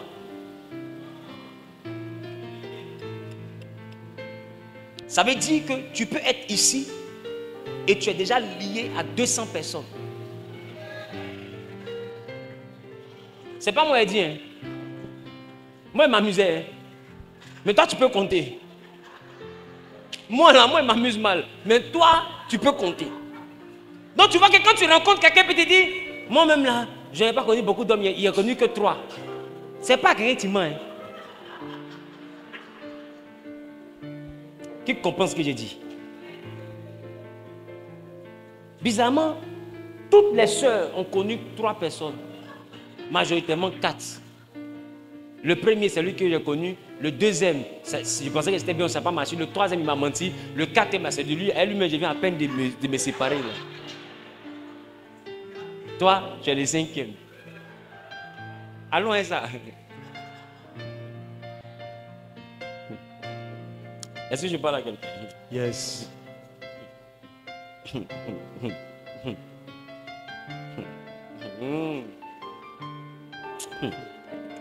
C'est que vous êtes dedans là, ça va finir. Amen. Donc, l'homme quitte son père et sa mère, s'attache à sa femme. Ça veut dire que ce que vous voyez en bas là, que tu prends Lazare pour aller visiter Mimi. Quand Lazare va chez Mimi là, celle chez qui tu es rentré, vous êtes attaché. Vous êtes attaché. Vous formez une seule chair. Amen. Vous formez une seule chair. Vous ne formez plus 2. La Bible dit, ils ne formeront plus 2. Mais ils forment une seule chair. La chose que je t'envoie à remarquer, qui connaît les maisons de type chambre-salon? Qui connaît chambre-salon? C'est-à-dire, on rentre, il y a le salon, et puis à la chambre. Maintenant, si la maison est vraiment bizarre, quand on rentre dans la chambre, et puis on va au salon. Amen. Et que la maison est vraiment particulière. Amen. Donc, sinon, logiquement, on rentre dans le salon, et puis on finit dans la chambre. Donc, normalement, ce n'est pas chambre-salon. C'est salon-chambre. Bref. Amen. Mais, considérez un peu que toi qui es le garçon, tu es le salon. Et elle est la femme, elle est la chambre. Avant le rapport, il y a un mur qui vous sépare. Donc le salon est salon. Chambre est chambre. C'est 2 pièces différentes. Le rapport sexuel met fin à la chambre-salon et vous donne un studio américain. Qui comprend ce qu'il vient de dire? Je reprends. Le studio américain, c'est un studio où il y a cuisine. On peut faire petit salon et puis à chambre en même temps. Qui comprend de quoi il parle? Donc quand on casse le mur qu'il y a entre la chambre-salon là devient une grande chambre. Ça veut dire que quand tu es dans la pièce qu'on appelait salon autrefois, tu vois la chambre normalement, tu peux même passer dans la chambre sans obstacle et tu peux quitter la chambre, revenir au salon sans obstacle. Il n'y a plus de barrière. Chambre et puis salon, ça devient la même pièce. C'est ce que la Bible est en train de te dire. La Bible est en train de te dire que quand tu vas avec une personne, vous n'êtes plus 2 pièces. Vous devenez une seule pièce. Mais il y a un danger dans cette histoire. Quand tu as ta chaîne en or et que vous êtes dans 2 chambres différentes, chacun peut fermer la porte de sa chambre et puis partir avec sa clé. Mais quand vous formez une seule et même chambre, que le mur qui séparait votre chambre est cassé, il a accès à l'endroit où il y a tes chaînes, tu as aussi accès à l'endroit où il y a ses chaussures. Vous partagez le même espace. Il n'y a plus d'intimité. C'est là que le danger commence. Parce que d'autres vont se dire, Dieu préserve les grâces. Laissez-moi vous dire, l'homme, l'être humain vient sur la terre avec tout ce qui est utile pour sa réussite. Nous transportons notre futur. Est-ce que je parle à quelqu'un? Nous transportons notre futur. Quand tu marches avec la destinée. C'est pourquoi ton attitude détermine ton altitude. Ta destinée ne vient pas d'en haut, non. Ta destinée est dans un livre que toi tu manifestes. Donc pendant que tu marches dans ce qui est écrit. Dans ce qui est écrit aussi est en toi. C'est un peu comme Jésus disait, il est dans le Père est en lui. Qui comprend de quoi je parle? Il dit, je suis dans le Père et le Père est en moi. Donc tu es dans ta destinée et ta destinée est en toi. La royauté que Dieu te promet n'est pas dans le ciel, elle est en toi. Voilà pourquoi Éphésiens dit que Dieu peut faire par la puissance qui agit en toi. Cette puissance qui agit en toi là, c'est elle là qui est l'énergie de la destinée. Qui comprend de quoi je parle? Il dit, il peut faire par cette puissance là au-delà. C'est que quand tu viens, il y a quelque chose qui bouge en toi. Est-ce que je parle à quelqu'un? Le milliardaire qu'on prophétise là, tu l'es déjà. C'est pourquoi celui qui a les yeux pour voir peut te dire tu n'es pas un petit personnage. Qui comprend de quoi je parle? Et c'est pourquoi même dans ta galère, les sorciers te poursuivent pour t'attaquer. Ils ne t'attaquent pas parce que tu es beau. Ils t'attaquent parce qu'ils arrivent à voir quelque chose que toi tu ne vois pas. Votre problème, c'est que vous ne savez pas que même le monde obscur a accès à certaines informations. Jésus qui est le Fils de Dieu vient au monde et ça ne vous choque pas que Siméon, le prophète, est dans la même localité. Siméon n'a pas vu l'étoile. Oh, Dieu a dit à Siméon, tu ne mourras pas tant que tu ne vois pas le Messie. Mais le Messie vient au monde, les prophètes n'ont pas vu. Et c'est des mages, des magiciens. C'est eux qui ont vu l'étoile. Vous ne comprenez donc pas qu'ils ont accès à certaines informations. Donc quand tu as des attaques, ne pense pas que tu les attaques à cause de ta prophétie. Tu as des attaques à cause de ton identité. Tu transportes quelque chose. Donc quand Hérode a tremblé, il n'a pas tremblé à cause de la grandeur de l'enfant. L'enfant était à côté des moutons. Est-ce qu'il avait une armée? Est-ce que Jésus avait une armée? Il est né à côté des moutons. Même dans l'hôtel, on dit qu'il n'y avait pas de place pour eux. Ça veut dire que la condition financière était pénible. Mais un enfant qui est né à côté des moutons, comment il pouvait trembler un roi et tout Jérusalem? Parce que l'étoile a été une étoile royale. Et quand l'enfant est venu au monde, l'étoile en même temps est apparue dans le ciel. Tout le monde pouvait savoir qu'il y avait un roi qui venait de naître. Ton problème, c'est que tu regardes ta galère, mais tu ne regardes pas ton étoile. C'est dans ton étoile qu'on voit la gloire qui est en toi. Toi, tu regardes ta situation. Ceux qui vont consulter les mages pour savoir qui tu es, si tu es mariable ou pas, ce n'est pas ton visage ou ton make-up qui cherche à comprendre. Ils cherchent à comprendre avec quelle étoile tu es venu au monde. Chacun vient au monde avec quelque chose. On ne vient pas au monde qu'avec nos cheveux. On vient au monde avec notre étoile. Et j'ai envie de te dire, s'il y a une chose que l'ennemi comprend, qui permet à l'ennemi de toucher notre trésor, c'est la sexualité.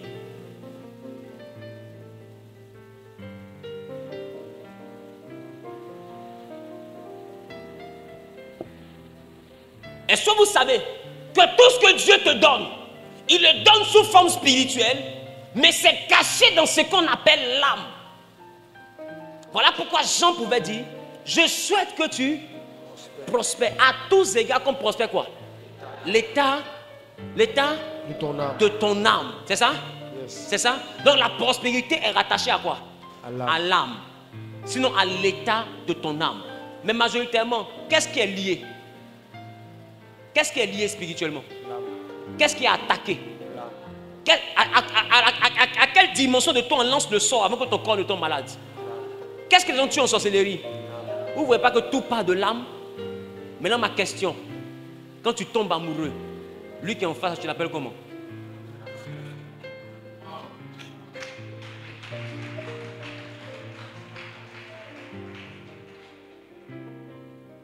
Ça veut dire que tu reconnais qu'il est une autre partie de ton âme.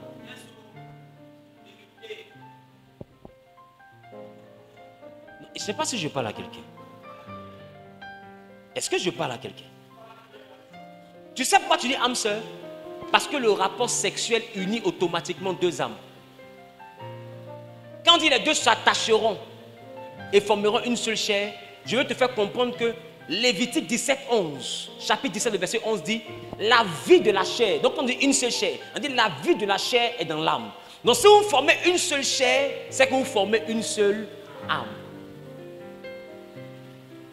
Et si vous formez une seule âme, c'est que vous avez une seule et même prospérité.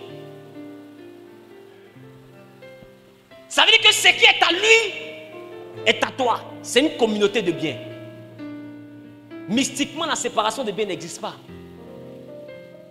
Maintenant, ma question, tu fais communauté de biens avec combien de personnes? Il y a des prophéties qu'on t'a dit tu allais avant en 2020.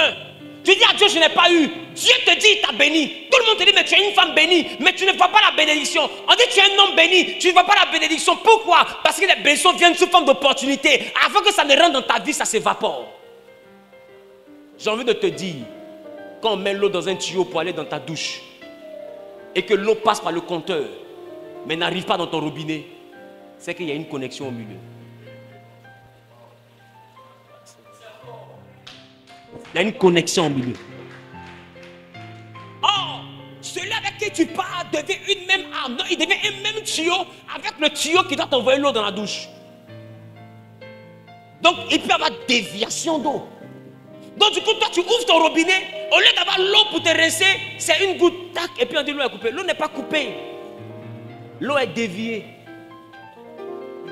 Donc il y a beaucoup parmi vous, vous travaillez, vous ne prospérez pas. Pourquoi? Parce que quelqu'un simplement à partir d'un seul rapport sexuel s'est connecté à l'âme. Ils n'ont pas besoin de beaucoup de pentoli, un seul suffit. Donc quand des gens se mettent à genoux pour faire un coup, tu peux se mettre, tu donnes à Benja. Pour qu'un ordinateur soit infecté d'un cheval de Troie, une seule connexion avec la clé USB suffit. Il n'y a pas besoin de faire beaucoup de choses. Une seule connexion, c'est fait.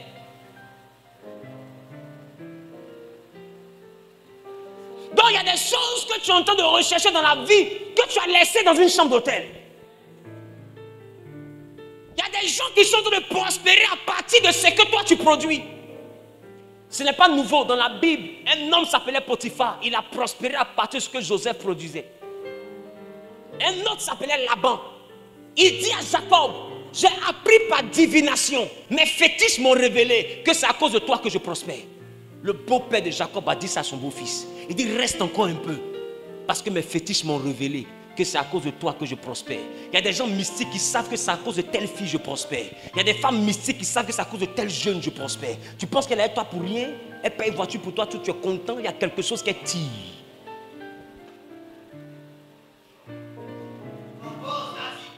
Il y a des gens qui prospèrent à cause de quelque chose. Je ne sais pas si je parle à quelqu'un. Donc si la prospérité est dans l'âme, que c'est les deux âmes qui s'attachent, ça veut dire que la gloire que mon âme transporte, je la partage avec ton âme. Donc s'il y a 100 âmes auxquelles je suis interconnecté, tu ne comprends pas que les 10 000 que j'avais dans mon âme, là, je viens de partager comme 100 francs, 100 francs, 100 francs, 100 avec tout le monde. Finalement, il me reste quoi? Finalement, il me reste quoi? Voilà pourquoi il y a des prophéties dans ta vie qui ne vont jamais s'accomplir. Parce que l'énergie qui doit permettre à la prophétie de s'accomplir a été prise ailleurs. Ce que vous ne savez pas, il y a des gens qui réussissent dans l'étoile des autres. C'est possible.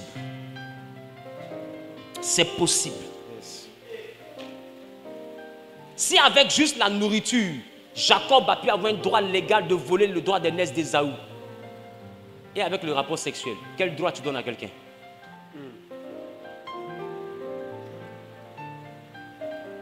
Si avec manger, Jacob a eu le droit de voler la bénédiction d'Ésaü, et avec Pentrueli, quel droit tu donnes à quelqu'un? Et demain tu te plaindras à qui? Donc quand on te dit sanctifie-toi, ce n'est pas un service que tu rends à quelqu'un. Parce qu'il y a des prophéties de grandeur qui ne vont pas se réaliser. Quand quelqu'un te dit tu ne mourras pas sans voir la gloire de Dieu, laisse-moi tousser, il se moque de toi. S'il y a une chose qui est remplie au cimetière, c'est les gens qui sont morts sans voir la gloire de Dieu. Des gens à qui on a dit tu aurais parcouru la terre, qui ne sont jamais arrivés à l'aéroport, qui sont morts.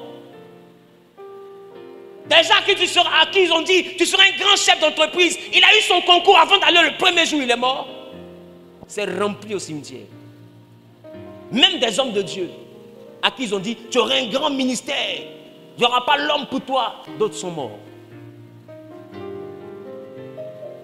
Grand ministère, ils n'ont pas vu devant, ils n'ont pas vu derrière. Ma question.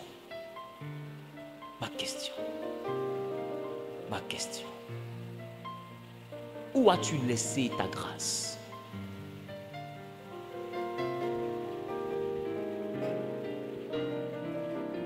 Dans quel mougoupan as-tu laissé ta grâce?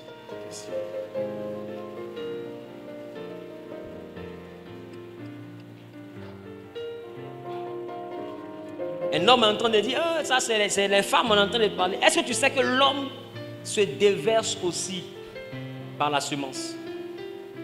C'est pourquoi les hauts mystiques aiment les orgies et les hauts mystiques aiment les prostituées.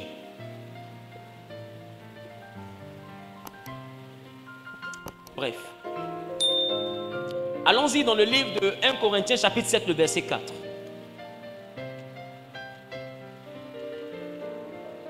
1 Corinthiens chapitre 7, verset 4. La femme n'a pas autorité sur son propre corps, mais c'est le mari, et pareillement, le mari n'a pas autorité sur son propre corps, mais c'est la femme. Reprends s'il te plaît. La femme n'a pas autorité sur son propre corps, mais c'est le mari. Oui. Et pareillement, oui. Le mari n'a pas autorité sur son propre corps, oui. Mais c'est la femme. Reprends pour la dernière fois. La femme n'a pas autorité sur son propre corps, oui. Mais c'est le mari. Elle dit, mais c'est le mari. Et pareillement, le mari n'a pas autorité sur son propre corps. Le mari n'a pas autorité sur son propre corps. Mais qui a l'autorité? C'est la femme. C'est la femme. Ça veut dire que quand quelqu'un est ta femme ou quelqu'un est ton mari, le rapport sexuel vient de lui signer une procuration d'action chez toi. Quand vous vous attachez, tu n'as plus autorité sur ce qui t'appartient. C'est lui à qui tu t'es attaché qui a autorité sur ce qui t'appartient. Est-ce que quelqu'un comprend? Qui comprend la gravité de ce qu'on vient de dire? On dit les maris s'attachent, ils forment une seule chair par le rapport sexuel. Mais une fois que le rapport sexuel est établi, que le mariage est consommé, toi, tu n'as plus autorité sur toi. C'est celui qui est en face qui a autorité sur toi. C'est grave. Mais c'est une loi spirituelle. Ça veut dire que tu peux finir à Paris de faire un truc rapide et puis tu viens à Abidjan. Pour toi, c'était juste une aventure sans lendemain. Mais ce que tu ne sais pas, c'est que tu es connecté.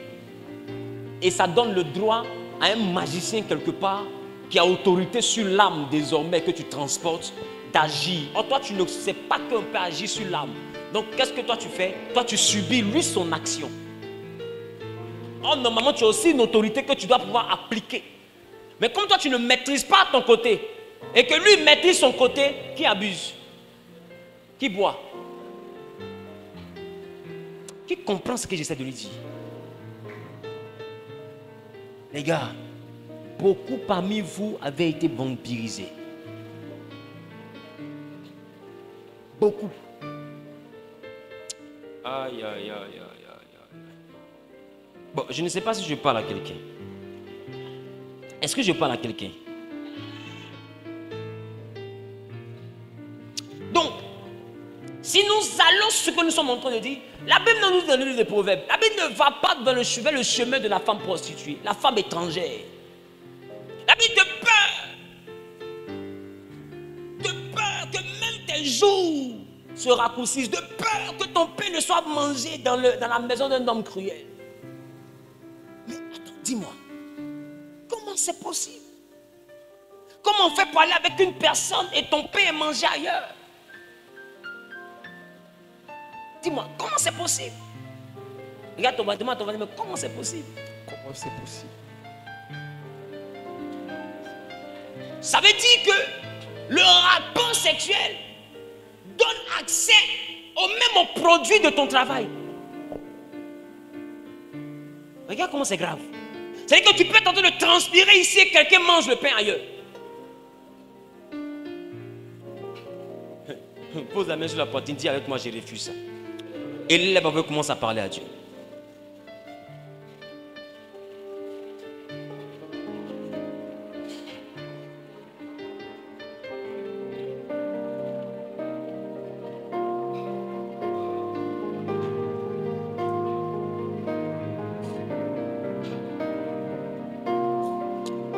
Alléluia. Parle à Dieu.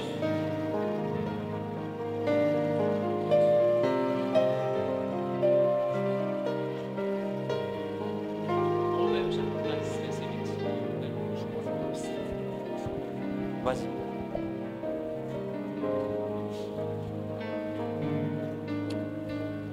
La Bible nous dit dans le livre de Proverbes chapitre 5 le verset 9. Quelqu'un peut ouvrir sa Bible. Proverbes chapitre 5 le verset 9.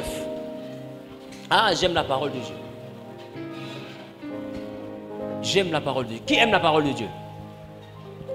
Ah les gars, l'affaire est grave. Allons-y. Proverbes chapitre 5 verset 8 à 9. Proverbes chapitre 5 verset 8 à 9. Écoutez bien ce que la Bible dit. Éloigne-toi du chemin qui conduit chez elle. Éloigne-toi du chemin qui conduit chez elle. Et ne t'approche pas de la porte de sa maison. Ne t'approche pas de la porte de sa maison. De peur. On parle de la femme étrangère. C'est-à-dire la femme que tu côtoies comme ça là. Il dit éloigne-toi de son chemin. Il dit quoi? De peur quoi? Que tu ne livres ta vigueur à d'autres. Il dit quoi? Attends. Il dit de peur que tu ne livres ta vigueur à d'autres. Ça veut dire quoi? Quand tu vas avec cette femme, d'autres peuvent venir récupérer même ta vigueur. Yes. Comment tu fais pour coucher avec une femme? Et puis en couchant avec elle, tu livres ta vigueur, ta force à d'autres personnes. C'est pas possible. Qu'est-ce que ça signifie? Coucher avec une personne, ça a quoi à voir avec ma force? Si elle a perdu ma force, normalement c'est parce que le wano était dangereux, donc je suis fatigué, je dors bien. Qui comprend ce qu'il vient de dire?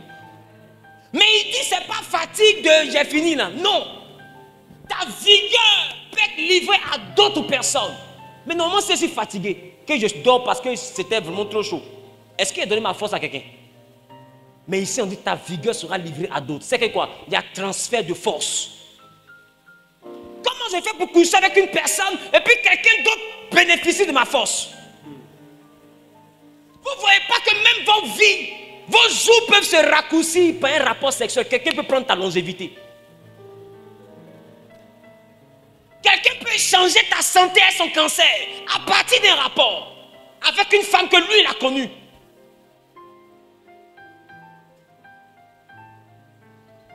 Il y a des gens, vous voyez, ils sont très malades. Oh, mystique. On dit il va mourir. Un coup, quand il se rajeunit, il se change. Mais il se change par quoi? Des fois par les personnes avec qui il a eu une seule chair. Parce que ton âme et son âme sont pareils, sont liés. Donc, et puis lui, il a l'autorité sur ton âme. Donc, il peut introduire ton âme dans quelque chose. Et, gardez-moi mon verset, s'il vous plaît. Proverbe. Il dit de peur que tu ne livres ta vigueur à d'autres. Là même là, ça me plaît. Regardez la suite. Et tes années à un homme cruel. Mais comment est-ce que tu sors avec une personne et puis tu livres tes années à un homme cruel? Les années, ça veut dire quoi? Les années là, ça veut dire quoi? Ma longévité. Bon, comment je vais avec une personne et puis je livre ma longévité à un homme cruel? On dit un homme cruel. C'est-à-dire il y a des hommes qui savent ce qu'ils font. Il y a des hommes qui savent ce qu'ils font. Quand ils te donnent maison, ils te donnent magasin, ils te donnent tout. En réalité, ce n'est pas un service qu'il te rend. Il sait ce qu'il fait. Il est cruel. Il sait que ce qu'il te donne là, c'est 5 millions, c'est 10 millions. Mais après ça, là, tu seras misérable. Il le sait. Si ce n'est pas parce que tu es cruel, est-ce que tu peux faire ça? Et il sait qu'il est en train de te vider. Et c'est ton étoile qui est en train de devenir ces grands immeubles que lui construit. Il sait que dans quelques années, tu ne vas plus rien devenir. Tu seras comme une mendiante. Il sait. Mais il continue à te donner 5 millions, voyage, Range Rover. Tu dis, oh, il m'aime. On dit, c'est un homme cruel. C'est ça la cruauté. Regarder quelqu'un droit dans les yeux, qu'on lui fait du mal et puis sourire. C'est être cruel. C'est être sadique. Il y a des gens comme ça. Ils savent ce qu'ils vous font. Et toi, tu te prends pour Donna Benja. Tu te prends pour Sergio. Sans t'as posé question, tu es trop beau, tu as pectoraux. Ta misère va te choquer dans quelques années. L'homme marche avec ce qui doit le faire réussir. Il dit, de peur que des étrangers ne se rassasient de ton bien et du produit de ton travail. Attends, là, laisse-y fâcher. Il dit, ne va pas coucher avec elle pour ne pas que des étrangers se rassasient de ton bien et tu produis de ton travail dans la maison d'autrui. Comment est-ce que tu peux sortir avec quelqu'un et puis à cause de la connexion, quand toi tu travailles, c'est quelqu'un d'autre qui a le résultat? On dit, hey, toi tu travailles, mais elle se rassasie du fruit de ton travail. Est-ce que c'est pas ce qui est en train d'arriver quand tu dis je fais des efforts mais je n'avance pas, ça ne produit pas? Est-ce que ce n'est pas quelqu'un qui est en train de se rassasier du produit de ton travail? Toi tu es en train de transpirer, mais est-ce que quelqu'un ne prend pas ta transpiration pour faire des voyages partout dans le monde?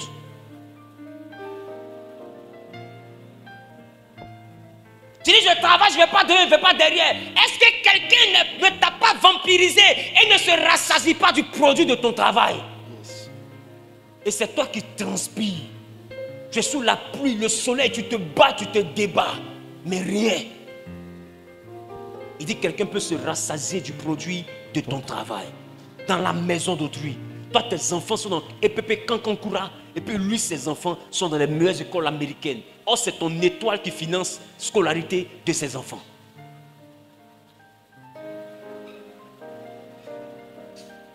Et il te met dans 2 chambres salon perché sur immeuble, on dirait singe en captivité. Et si on te pose question, tu as réussi. Chez moi là-bas, tout est climatisé. Hein?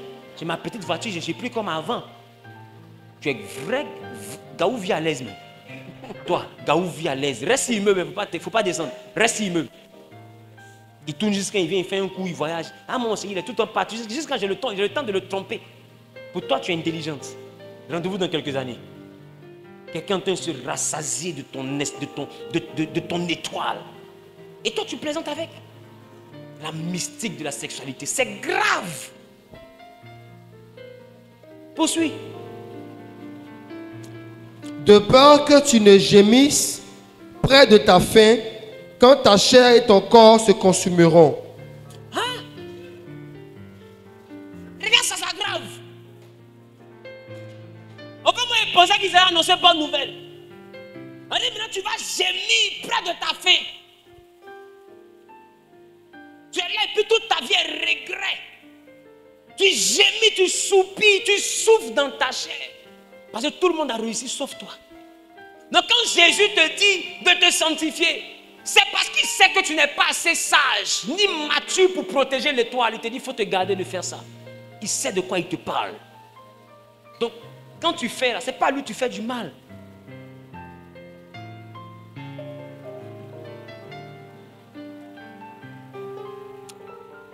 Est-ce que quelqu'un est découragé?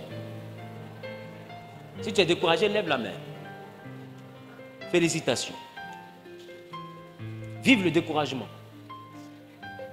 Parce que j'ai envie de te dire une chose. L'évangile n'est pas une mauvaise nouvelle. Même si l'évangile commence par une mauvaise nouvelle. La preuve, l'évangile a commencé par Jésus est mort. C'est la mort de Jésus. Est-ce que mort là, c'est bonne nouvelle? Mais on dit le 3e jour, il est sorti du tombeau. Donc ça commence par une mauvaise nouvelle.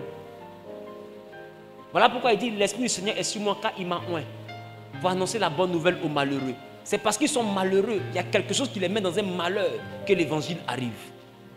Là, ce que je suis en train de t'expliquer, c'est le malheur que tu vis. Mais si nous faisons ce programme, est-ce que tu penses qu'on fait ce programme pour t'expliquer qu'il y a un malheur? Sinon, ça sert à quoi qu'on vienne ici? Si c'est pour apprendre seulement qu'on est malheureux et qu'on est dans le pain. Nous sommes venus ici surtout parce qu'il y a une solution. S'il n'y avait pas de solution, on n'aurait même pas fait de programme. Mais il faut d'abord qu'on t'enseigne la gravité de la chose pour que tu cherches la solution. Qui comprend ce qu'il dit? Si on t'a pas enseigné combien de fois c'est grave, est-ce que tu peux chercher solution? Toi, jusqu'à présent, tu cherches solution de ta tante, solution de ton oncle, solution de ton grand-père. C'est eux la solution que tu cherchais. Comment ils s'envolent venir t'attaquer? C'est la solution que tu cherchais.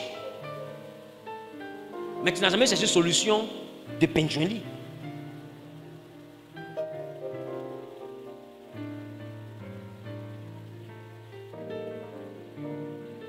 Je ne suis qu'à mon introduction. Je ne suis qu'à mon introduction. Parce que demain, à partir de 22h, âme sensible, s'abstenir. Je vais rentrer maintenant dans le message de la mystique de la sexualité. Par les menstrues. Qu'est-ce qui peut se passer pendant la jouissance? Je vais dire des choses graves. Aujourd'hui, là, tu n'es même pas encore prêt. Je suis en train de t'apprêter par demain. Bébé, j'arrive. Tu vas arrêter ça. Bébé, continue. Oh, Mao, tu vas arrêter ça. Demain, tu vas arrêter. Demain, c'est mélangé. Tu vas arrêter. Regarde ton voisin dire ça là, tu vas arrêter.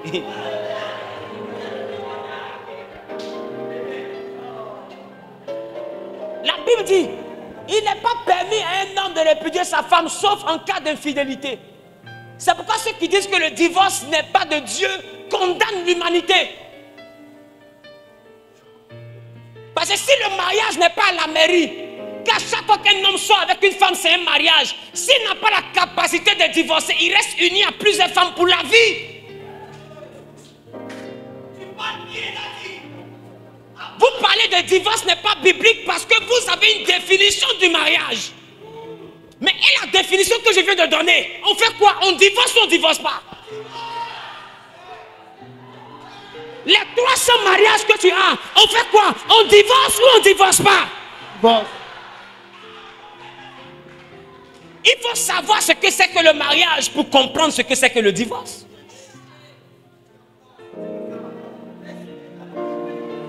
Vous parlez de choses que vous ne savez pas. Il n'y a rien de plus grave qu'un ignorant qui pense qu'il sait. Les esprits viennent marier les gens la nuit. C'est pas mariage. Mari de nuit, c'est pas mariage. On divorce ou on ne divorce pas. Des mamans marient les fils. Papa marie sa fille en sorcellerie. On divorce alors ou on ne divorce pas. Cette alliance, on casse ou on ne casse pas. Il y a trop de mariages irréguliers. C'est pas pareil. La Bible dit que personne ne sait pas ce que Dieu a uni. Ce que Dieu a uni. Ce que Dieu a uni. Donc il y a d'autres qui sont unis, mais ce n'est pas Dieu qui a uni. Yes. Un mariage que Dieu n'a pas uni, on doit casser. Yes. Parce que c'est un lien. Et les liens, quand ils ne viennent pas de Dieu, il faut les briser. Si tu ne les brises pas, tu seras pauvre à vie. Tu seras appauvri à vie. Tu seras exploité mystiquement à vie. Il faut casser le lien.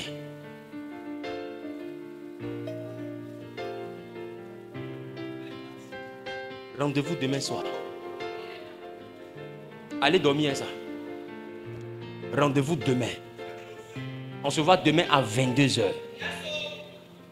On se laisse à 5h. Toi et puis ta femme, venez. Vous n'êtes pas connus vierge. Venez. Parce que ça ne sert à rien de venir régler pour toi et puis elle n'a pas réglé pour elle. C'est qui elle est là. Elle fait une chair eux. Ou elle est quittée avant de venir chez toi. Elle fait une chair. S'ils sont 300, que toi tu es venu couper toi pour tous tes go là. Tu t'en unis à tous ces gars. Qui comprend de quoi je parle?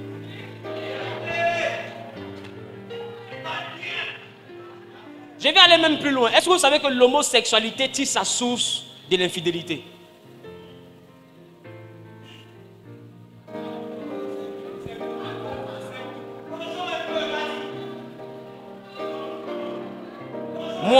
Moi, je sors avec celle-ci. Celle-ci sort avec celui-ci. Je fais une chair avec elle. Elle fait une chair avec lui. Donc à chaque fois que je rentre en elle, c'est dans une partie de lui que je rentre. Qui vient de comprendre?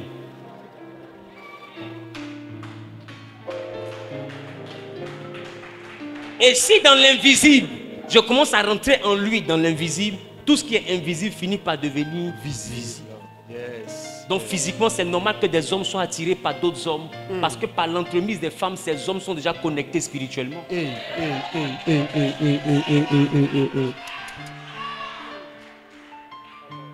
C'est normal. Yes. C'est une semence que les hommes ramassent dans le corps des femmes prostituées.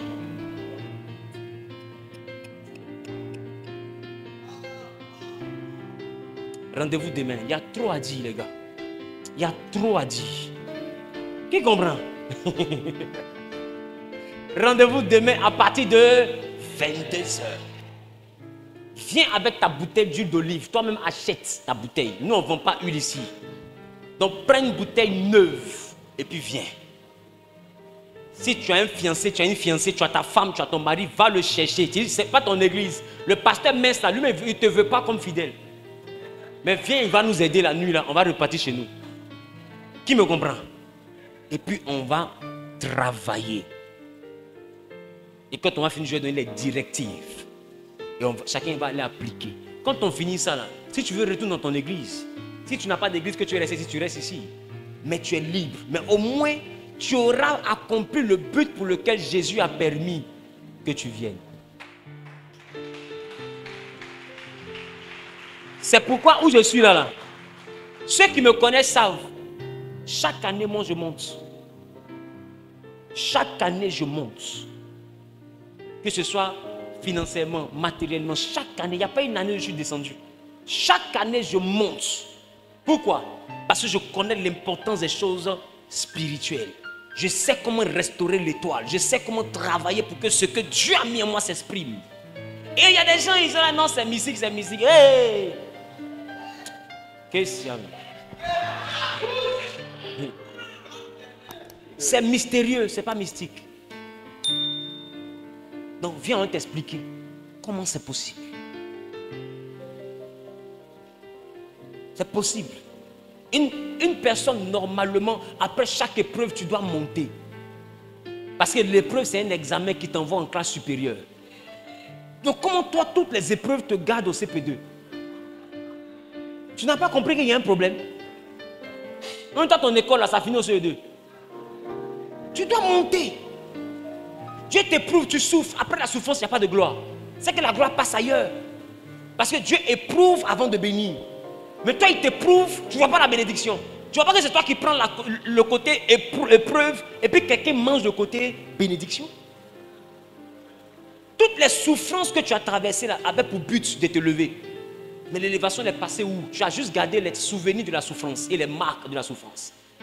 Mais où est passée la bénédiction d'après souffrance? Il dit la bénédiction de Dieu, c'est elle qui enrichit. Elle n'est suivie d'aucun chagrin parce qu'elle est précédée de chagrin. Tu as vécu le chagrin qui précédait. Pourquoi tu ne vois pas la bénédiction qui doit suivre? C'est que la bénédiction passe ailleurs. Donc vous qui avez des esprits de nuit, ne vous réjouissez pas. Parce que les démons n'ont pas de libido. Les démons ne connaissent pas la jouissance. S'ils ne connaissent pas la jouissance, pourquoi ils tiennent à coucher avec vous? Parce que les démons savent que pour voler quelqu'un, il faut coucher avec la personne. Donc ils ne viennent pas non, pas, ils ne se marient pas aux hommes pour rien. Ils se marient aux hommes parce que Satan vient pour voler. Ils ne volent pas ton portable, ils volent ton étoile. Et c'est pourquoi les démons marient les êtres humains. Parce qu'ils savent qu'en couchant avec toi, ils ont accès à ton étoile. C'est simple. Regarde ce que la Bible dit, c'est là que je termine. Là où se trouve ton cœur, se trouve ton trésor. Or, le cœur a des désirs. Un désir assouvi crée le plaisir. C'est ça, non? C'est ça, non? C'est ça, non? C'est ça, non? Maintenant, regarde. Le rapport sexuel. J'ai le désir. Le désir vient d'où? Qu'est-ce qui manifeste le désir? Le cœur. Donc, quand le désir se manifeste, c'est que mon cœur vient de s'enclencher. Mon cœur se déclenche. Amen. Quand je manifeste un désir, le désir assouvi crée le plaisir. Le plaisir assouvi, manifesté, réjouit le cœur. Et là où se trouve le cœur qui est réjoui, là se trouve le trésor. Donc pour avoir accès à ton trésor, la jouissance est une porte.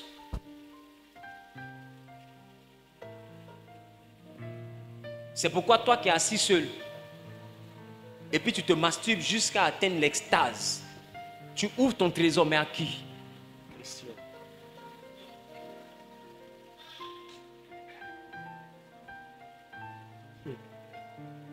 C'est pourquoi un homme qui n'arrive pas à assouvir sa femme n'arrive pas à boire. Yes. Parce que la femme est un récipient qui comporte tout ce qui est utile pour la réussite de son homme. J'ai dit, celui qui trouve une femme trouve le bonheur, parce que la femme transporte bonheur. Bonheur se trouve dans le cœur, parce que là où se trouve cœur se trouve trésor. Or, pour que le cœur s'ouvre, il faut que le désir de cœur soit assouvi pour que le cœur soit touché. Et quand le cœur est touché, le trésor est ouvert. Donc un homme qui est incompétent là-bas ne peut pas recevoir dans sa femme ce qui doit le faire réussir. C'est grave, c'est grave.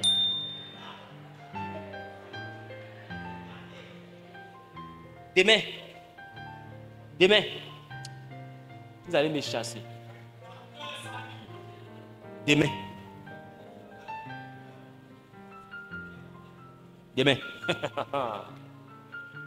La mystique de la sexualité. Rendez-vous demain à 22h. Si Dieu te met à cœur de faire une offrande, elle est bienvenue.